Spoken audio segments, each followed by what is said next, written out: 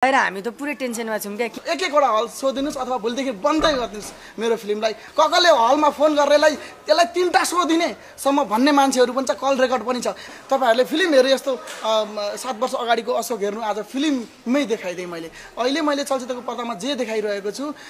शिक्षक तथा कर्मचारीहरुको लागि जे कोष खडा गरिरहेको छु पर्दामा यही इन्टरभ्यु कट रेकर्ड गरेर राख्नु होला यो फाइनान्शियली बनाएको धन कमाउनको लागि फिल्म हैन मन ठुलो नै हो भन्ने समाजलाई देखाउनको लागि बनाएको फिल्म र देखारै छाड्छु यो हलवालाहरुले दाइ सञ्चालकहरुले भोलिदेखि मेरो फिल्ममै हटाइदियो भने ठिकै छ केही छैन तर जे उहाँहरुले गर्नुभयो समाजले हेर्छ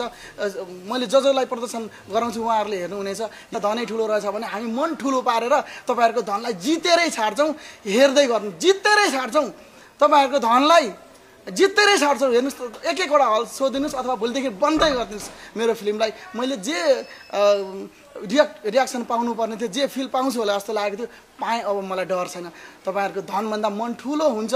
जहिले पनि हुन्छ सबैको एन्सर पर्दामा पनि छ यो गरेरै छाड्छु तपाईहरुको धनलाई च्यालेन्ज छ